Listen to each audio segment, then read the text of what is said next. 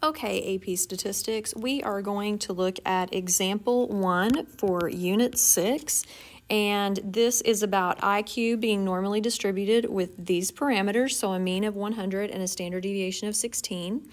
And we are going to use the empirical rule to answer the question. So before I start, I just want to draw a picture of all my percentages so that I can use it to refer to during my problem. So I am just going to fill this in. The mean is 100. One standard deviation to the right is 116. Two standard deviations to the right is 132. Three standard deviations to the right is 148. On the left, one standard deviation to the left would be 84 because I'm just subtracting 16 this time. And then it's two standard deviations, 68. I'm just subtracting 16 again. And then 52 to subtract 16 again. And then, of course, I'm just going to break this down into my percentages just to make this a little bit easier to answer my questions.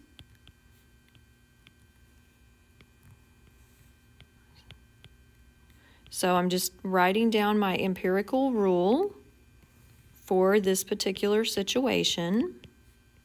That's what I'm doing here. And then I'm going to break it down into all of the smaller percentages.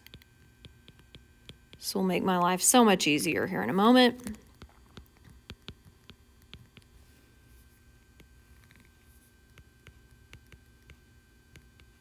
Okay, almost done. Bear with me.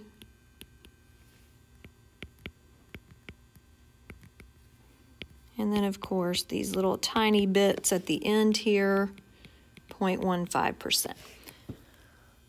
Okay, so that will help me answer my questions. Okay, so in Part A, what proportion of scores fall above 168? So to communicate as effectively as possible, we are going to draw a little mini picture here.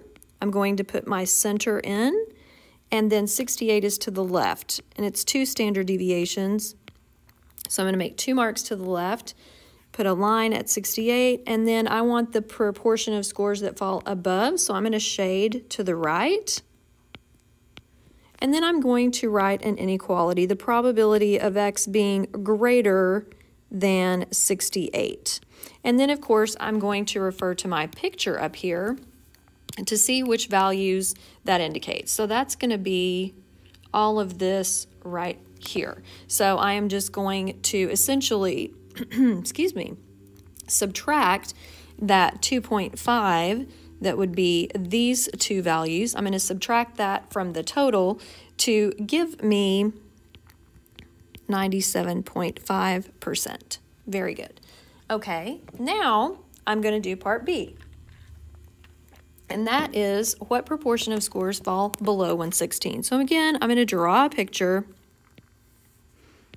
It's 100, 116 is to the right of that. I'm going to draw a line. The scores that fall below it would be shading to the left. So the proportion or probability of x being less than 116. All right, so I am going to look at my picture here. Less than 116 would be all of this.